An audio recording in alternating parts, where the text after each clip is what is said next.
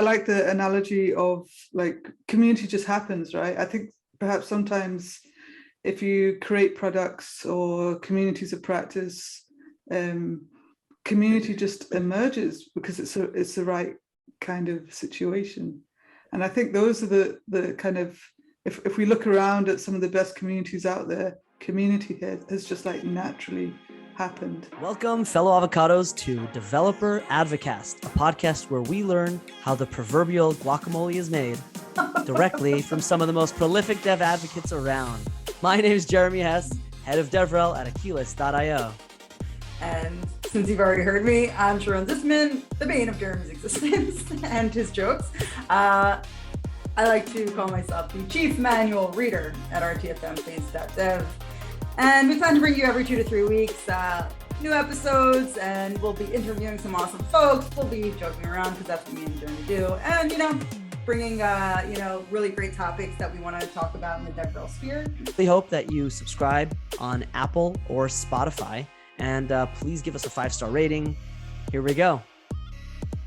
Here goes nothing. Welcome back, everybody, to Developer Advocast. We have a really fantastic episode for everybody today. We're going to be talking about building thriving dev communities with 2 awesome guests who have been doing this for quite a while and have great insight for us.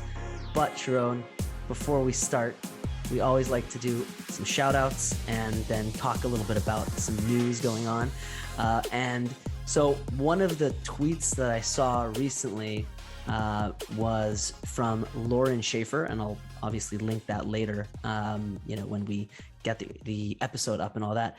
And she noted a really cool developer advocate's guide to metrics and reporting that was written up by Kurt Kempel, who's a DevRel as well.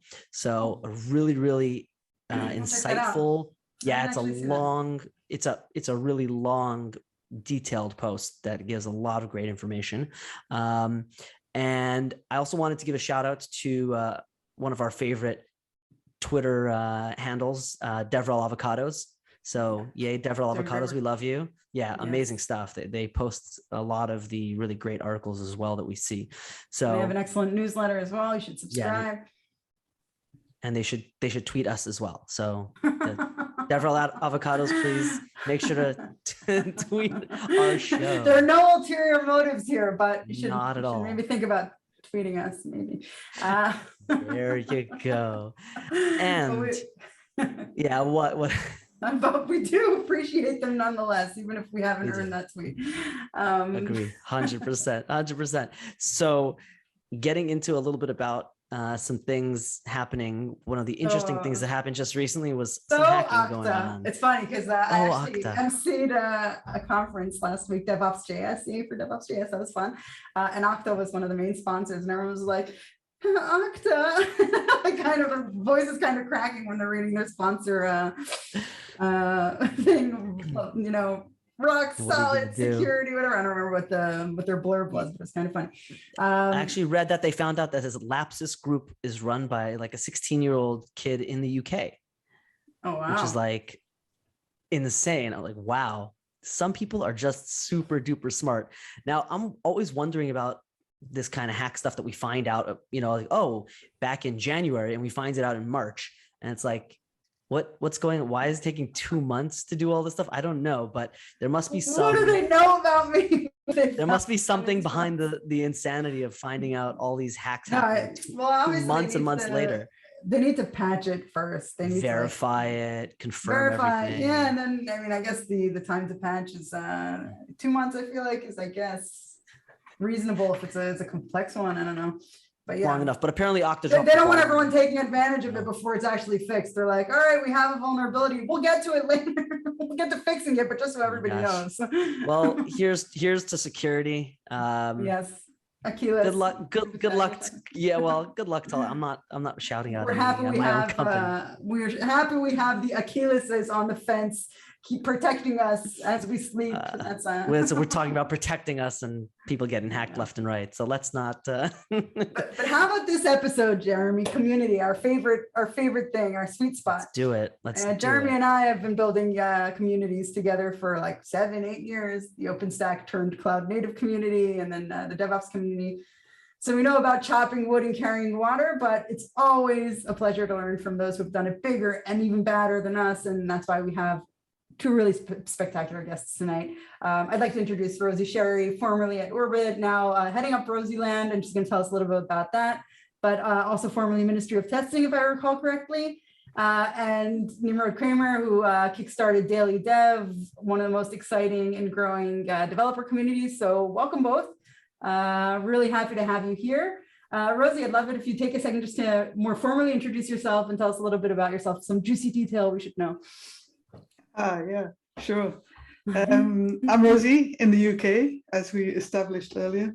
I've been doing community for quite a while now. I kind of discovered it back 2005-ish, did meetups, did a co-working space, then founded Ministry of Testing. I bootstrapped that for 10 years before handing it over to someone else. So that's still running without me, and I still own it. So that was fun. But I think basically, like, from the early days, from when I discovered community, I just like I kind of knew that was me. And I guess me stepping back from Ministry of Testing about 3 years ago now, it was like me just wanting to focus more on community rather than specifically growing Ministry of Testing more. I was more interested in spending time learning about community. So that's where I've been heading for the past 3 years. That's incredible. Great work. You've done incredible community work, and it's noticeable and awesome. Thank you. Nimrod, welcome to the show. Tell us a little bit about yourself, an exciting and juicy detail that we might not know about, and a little bit about your journey towards Daily Dev. All right, sure. So first of all, I'm super happy to be here, and I'm a big fan of everything that Rosie is doing. I've been following that for quite a while. My imposter syndrome after her intro is just like skyrocketing because I'm so new to this space, compared to her. And I'm like, oh, whoa. I got to step up my game here. But yeah, I together with a team of now 11 people, we run a company called daily.dev or daily.dev. And we're building a place where developers can grow together. And essentially, we're trying to build a platform that serves developers in all sorts of kinds of needs that are not particularly coding. It's not about like making code more efficient, writing it better, auto-completing it, whatever. It's more about being a developer as a persona. So we're helping developers stay up to date. We're helping developers meet like-minded people to have meaningful discussions and so on and so forth. And a really cool detail about myself is that I'm part of running a developer community, but I'm not a developer, which is something that always shocks developers in our community. That I think that's me and Jeremy too. How come you're not a developer? Like, so that's one of the. We call it a non-practicing engineer. Yeah, that sounds super legit. Way over the top for me.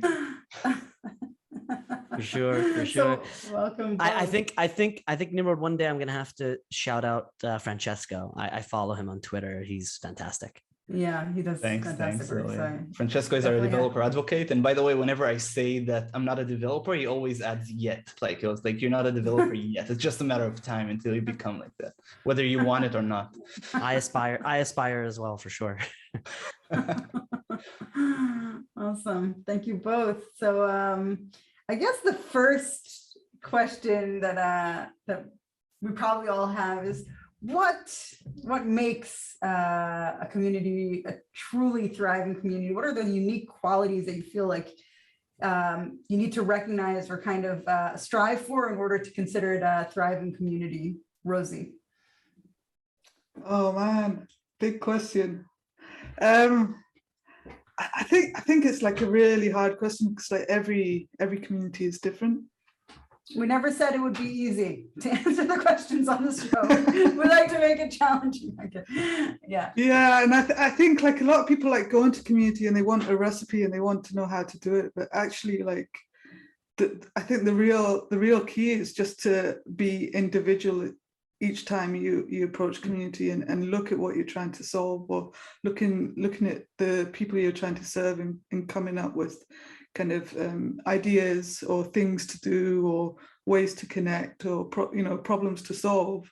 I think when you kind of go deep, what I call like community research is that you discover all these things that you could do, and that's to me like the potential of what could be like a thriving community.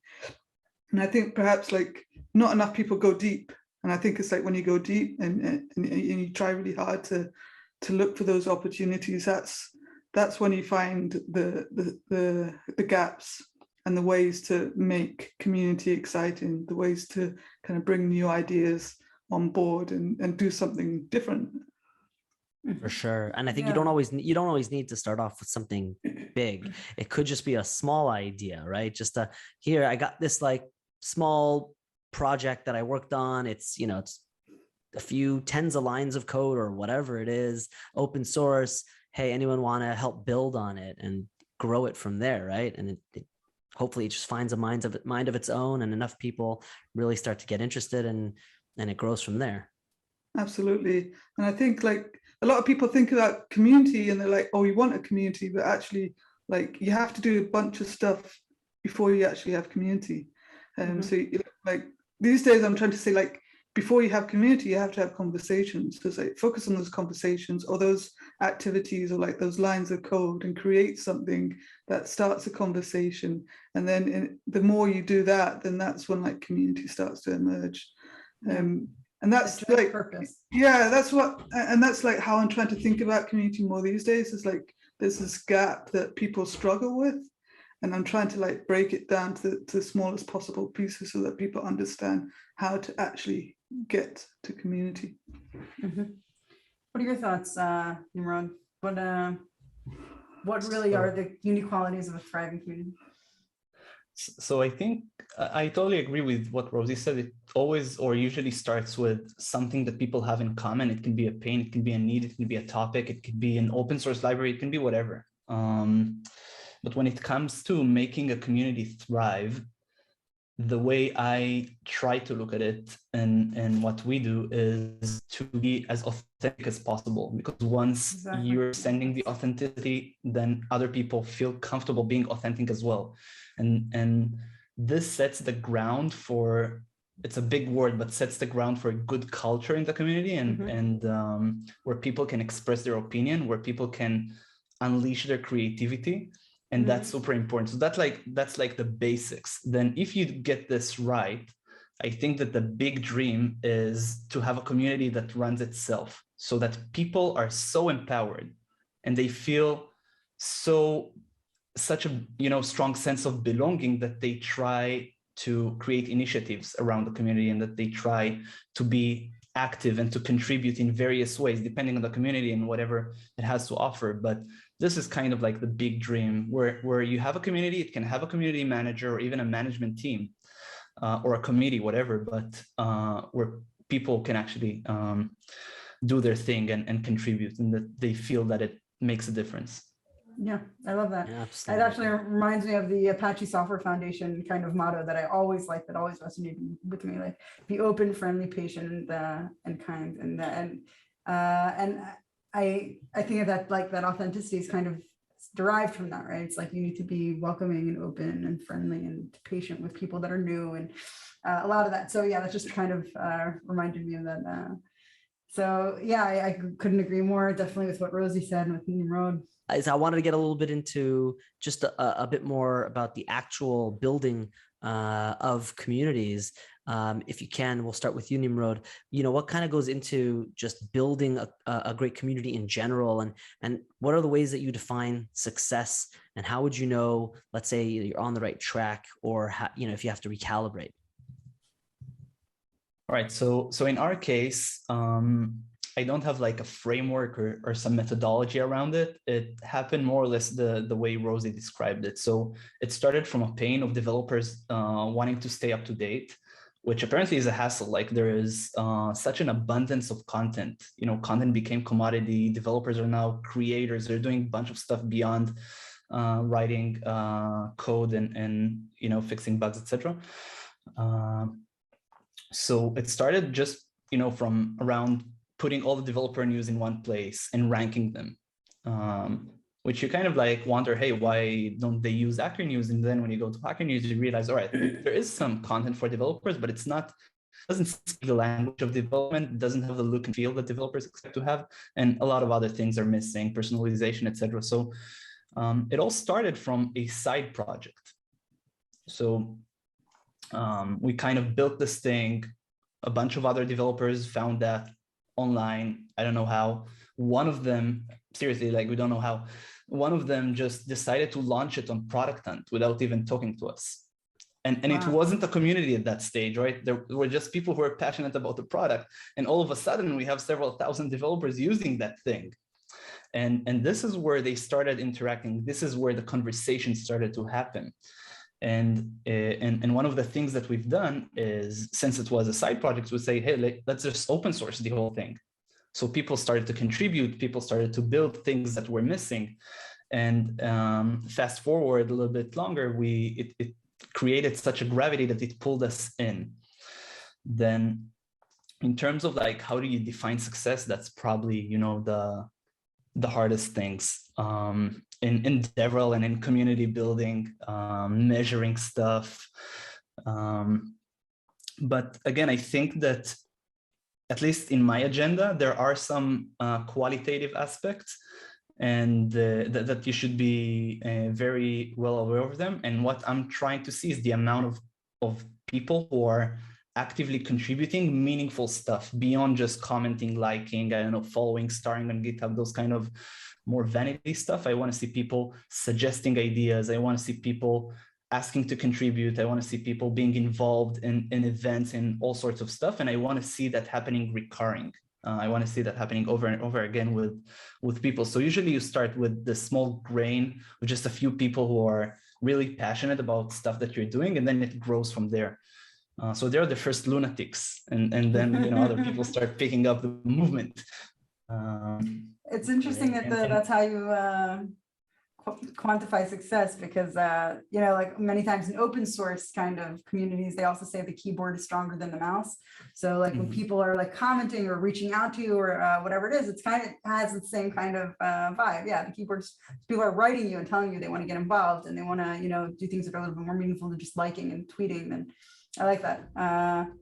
And in terms of like the second part of the question, how do you know that you need to recalibrate? I think, again, it circles back to authenticity. So once you feel that people are defensive, this is probably, you know, the biggest red flag, and it becomes a black flag once the community becomes toxic, and it becomes a black flag with a pirate icon on it when it becomes toxic and people stop rejecting that toxicity. This is where people become apathic. And if you're in that stage, your community is probably dead. But if you're getting close to that stage, and the early signs is people being defensive, this is where you should really start thinking on I don't know, moderation. Really depends on the type of community and where it lives. But this is where you really want to set things straight as fast as possible. And it's usually, you know, the bigger the community, the harder it gets. Yeah. Absolutely. Rosie will ask you the same. Interesting to hear the moderation angle. One idea that I don't necessarily believe 100%, but like sometimes I think like a successful community is one that you don't have to moderate, because people know Self-moderate. They self-moderate. They support the community. You're only like focusing on attracting the right kind of people. You're not trying to grow for the sake of it. Therefore, you're not attracting the wrong kind of people, and it kind of mostly moderates itself, right? So I think like, as you know, one potential way to measure your success, if you've gotten to a certain stage, is like, how much do you have to deal with all the like crappy work, all the moderation, all cleaning up or stuff like constantly. And it's like, that's not fun work. And if you don't have to do any of that, that's like really good. Like from a community builder's perspective, it's like, yay, you get to focus on other things. You don't have to really waste your energy on moderating and all the kind of downturns that come with it. So I guess, Rosie, since you're such like kind of a well-known persona in the community sphere, first of all, I'd like to just take a pause and actually dive a little bit more into the Rosie land that you're trying to build and everything that you've kind of done on the community front. I'd love to hear a little bit more about like kind of what you're setting out to do there and kind of your next adventure. Yeah, I mean, Rosie Land literally is just meant to start as a blog, as a newsletter. It's already starting great. You got fans. I was actually, when I started it, I was at Indie Hackers. So I led the community at Indie Hackers for a couple of years. And I was trying to think of a name to start like a community blog. I hadn't written about community, and I was just like, what do I call it? I didn't want it to be like my rosiesherry.com thing. I wanted it just to be something for community. And then an indie hacker like pinged me. He's like, yo, Rosie, do you know that rosie.land is available? I was like, oh, no, really? He's like, yeah, you should go grab it. So I grabbed it. And really just like Rosieland is really like, I've used the term Rosieland for a number of years as like this crazy space up my head. Like I go off and I wonder and I dream about things. So really, obviously it's got my name in it, but that's really like what it is to me. But in this context, it's in the context of community. And I guess like as it's evolved, I want to make communities more Rosie-like, more, just like add a bit of fun, add a bit of, just energy into it, I guess. And yeah, I guess like when I started, I was like, can I even write about community? I wasn't sure if I could. It's only been like a couple of years, I think, since I started writing. But like the more I've started writing, the more I've done my weekly newsletter, the more I've started to see that, oh my God, like community just there's this big hole in community that we haven't actually addressed. And there's so much room I feel to make community better, to teach community to understand actually like how to communicate what community is and how to build them. And I just don't think there's enough out there. And that's what Rosieland is. It's again, a bit like Ministry of Testing. It's kind of the same, but for communities that I believe like the community industry is really young, and there's so much room for it to improve. And like Rosieland's my little contribution towards that. Incredible contribution. I couldn't agree more. When I was at one of my previous roles, literally in a community role, and it was supposed to be more of like kind of a strategic community role. And one of the hardest parts for me was actually building a really organized framework and methodology for community, because a lot of it depends on how certain things are received or the activities are received. And it's a lot of, trial and error and figuring out kind of what resonates with your community, what kind of activities the community is looking for, what kind of content, and it's very interesting that you put it that way, because for me, it was always very difficult also to communicate kind of what comprises community. And I have this post that I wrote about like the unquantifiable heart and soul of community, which I feel like really there's that authenticity that Nimrod spoke about, like where it's like there needs to be something more, which brings me to my next question, which is a little bit on the secret sauce, which I want to ask both of you, but I'll start with Rosie just to segue out from the Rosieland. Like, what is it, how would you define, or what do you consider the secret sauce of community that really makes it a place that people want to gravitate to? And I mean, you were at Orbit in your previous capacity, and like they call it love, right? They call it, their company is Orbit.love. So what is that cultivates that really strong passion to be a part of a community? What's that thing? Yeah, so Orbit kind of call it love. Previously, I would call it kindness. I'll go. Sorry, good. But really, it's about people and caring for them. and seeing what they have to give, seeing what people don't see in themselves, and giving people those opportunities. And I think the sad thing is, in this day and world, it's just so hard for people to see the goodness in themselves.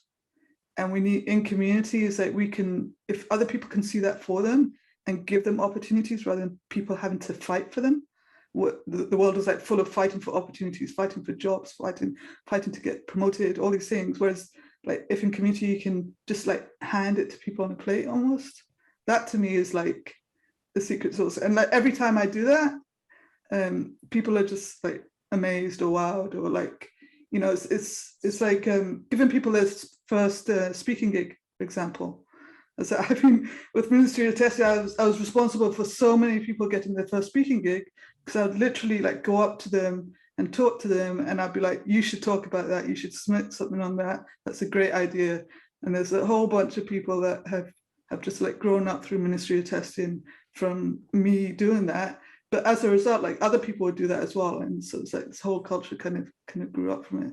And it's not just for speaking, it's for hosting events, it's for writing, it's for all these, like, you know, trying to look at the different ways that people can contribute, and not only valuing like the obvious, like speaking gigs is like kind of like the obvious thing, but people can contribute in so many ways. I think that's it. It's just like, you know, caring, creating connection, caring, and supporting people to grow without expecting anything back. And I think that's what businesses struggle with. For takers, exactly. Yeah. Nimrod, what's your take? What's your secret sauce in the Daily Dev community? I totally resonate. I totally resonate with that. I think the secret sauce is just to do everything people first. It's just it. Like, be very, very straightforward, be very honest, try to put yourself in other people's shoes. How do they feel? How can they be empowered? What are the barriers that we can help them overcome? And essentially, you know, just be there for them. In many cases, it's only about listening. It's just about having the safe place where people can share, and that's fine. No action items, no KPIs, no OKRs, all those kind of things, and just talk about stuff that matter to people.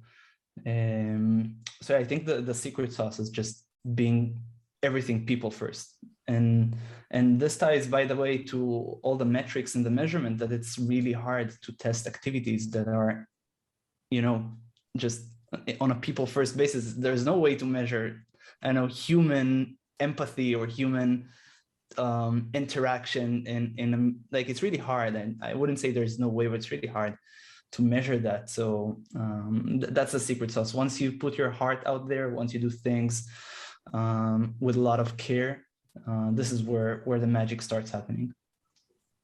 Nice. Let's say, you know, we're talking about getting a community just off the ground. What kind of things should someone focus on when they're just starting a community and when they're, you know, trying to get a kick started?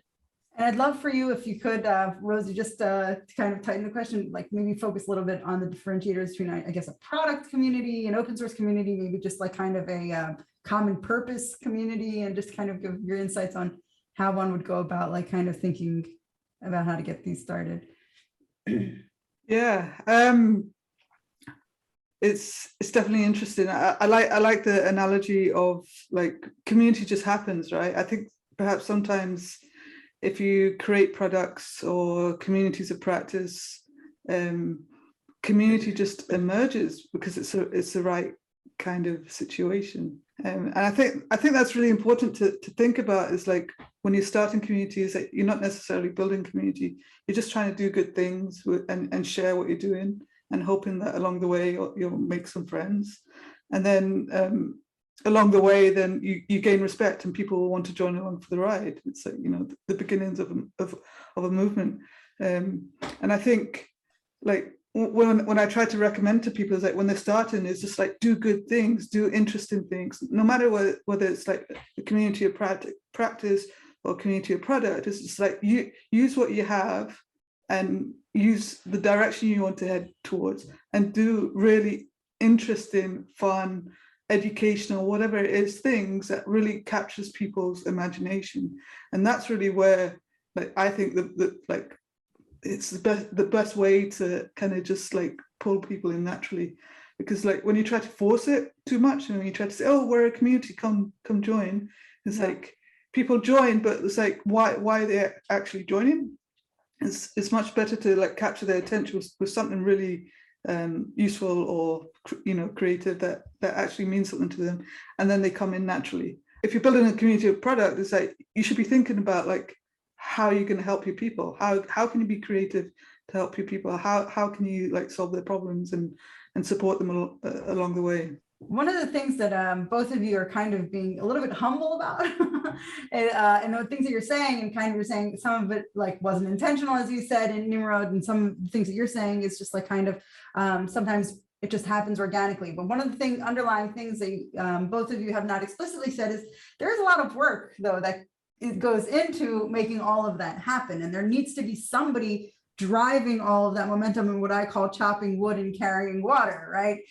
There is somebody doing this heavy lifting in order to make sure that that happens. So just a little bit on kind of like some of the activities, I guess, that you could get started on to see if like kind of there is that common purpose, or, if people do feel like they want to be a part of like this conversation. Some of the things that you've done, or some of the activities that you've done, Rosie, that have helped like kind of build out your community, I guess.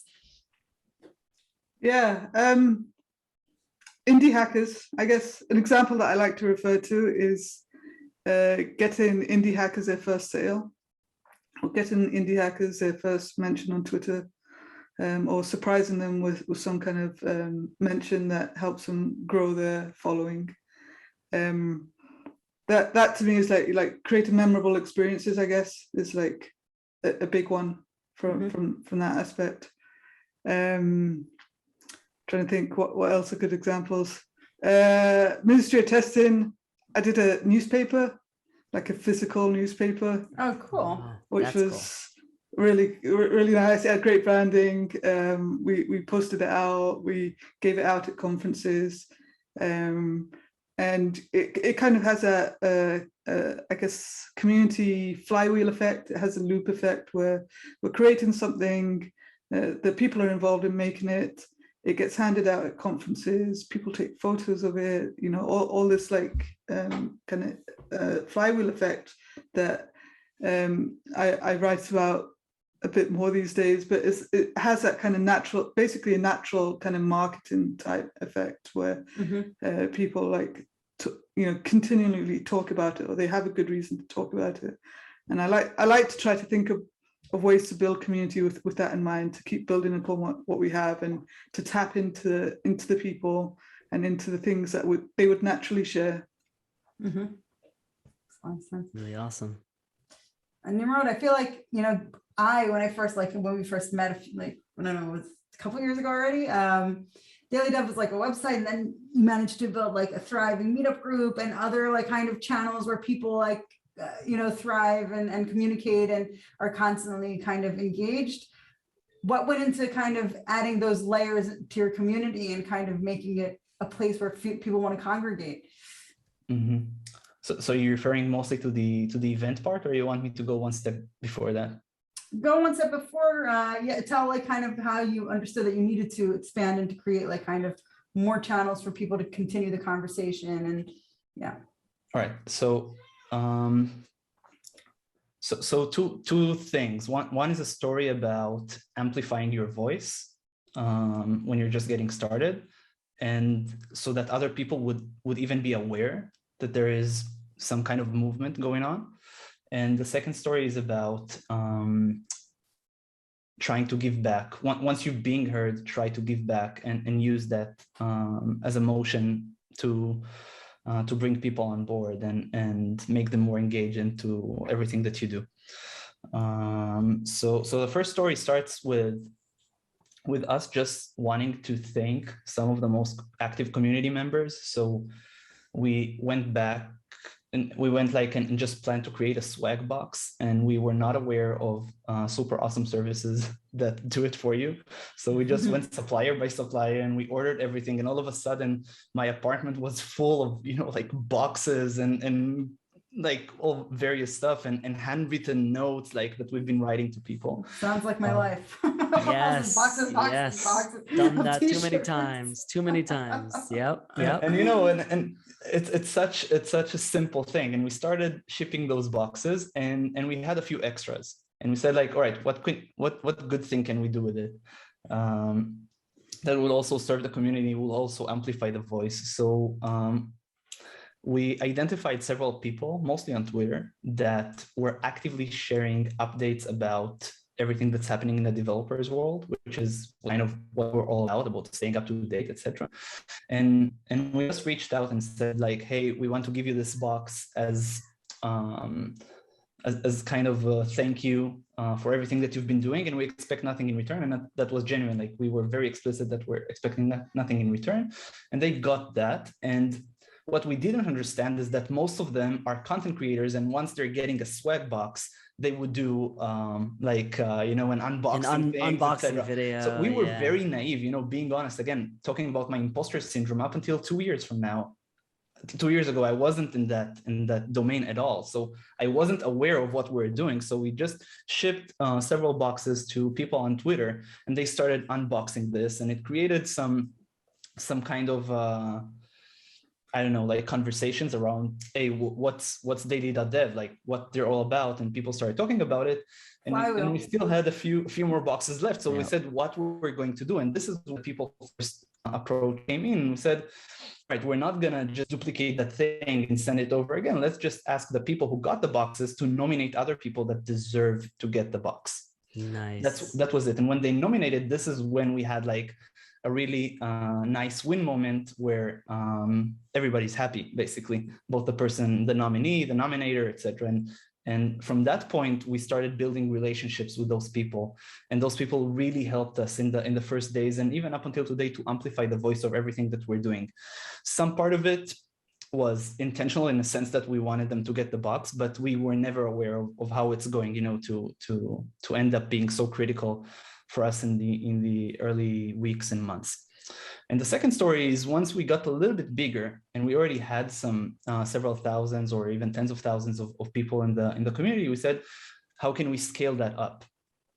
And there's no right answer. And we thought we want to experiment with stuff, but experimentation didn't feel right, again, with this people first. Like, you don't want to do experiments in humans. So we just tried to think, what can we do good? And the most intuitive thing, we said like, hey, let's do events. But with COVID and everything, there was such an inflation of events, and we really felt that there's something missing there, but we didn't know what is that. So again, we went back to the people that were most engaged, and we started talking to them to understand like how do they feel about virtual events. And what we realized is as many of them want to participate in events, but there are various problems. One problem is that there are sometimes very high quality events, but they're not consistent. So it's really hard to find them. The second type of problem is events that are just not so good, and you end up wasting your time, basically.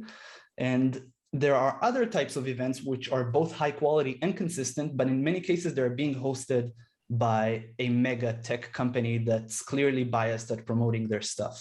And people don't feel 100% cool with that. I mean, they like it because it's interesting, etc. But we felt like, what if we can do something that is both consistent, it's world-class in terms of speakers, and it's non-biased. Every time we're going to talk about different stuff, we're going to bring speakers all across the board in a very diverse manner, just to use the fact that we have an audience, and to give back.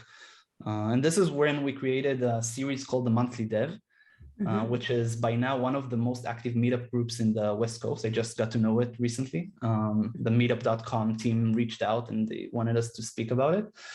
And in this event, we said, like, let's do a theme of kind of TED for developers, where you're trying to bring speakers, both open source maintainers of very small libraries, and even like, I don't know, DevTools CEOs, and, guys that run mega operations like I'm not going to self-plug, but we have a very nice speaker tomorrow.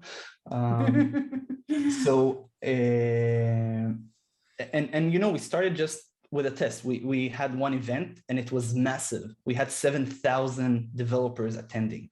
We were shocked. Wow. So we realized that there's something here. And now we're doing our 15th event. Last year, we had more than 30,000 developers participating in those kinds of events.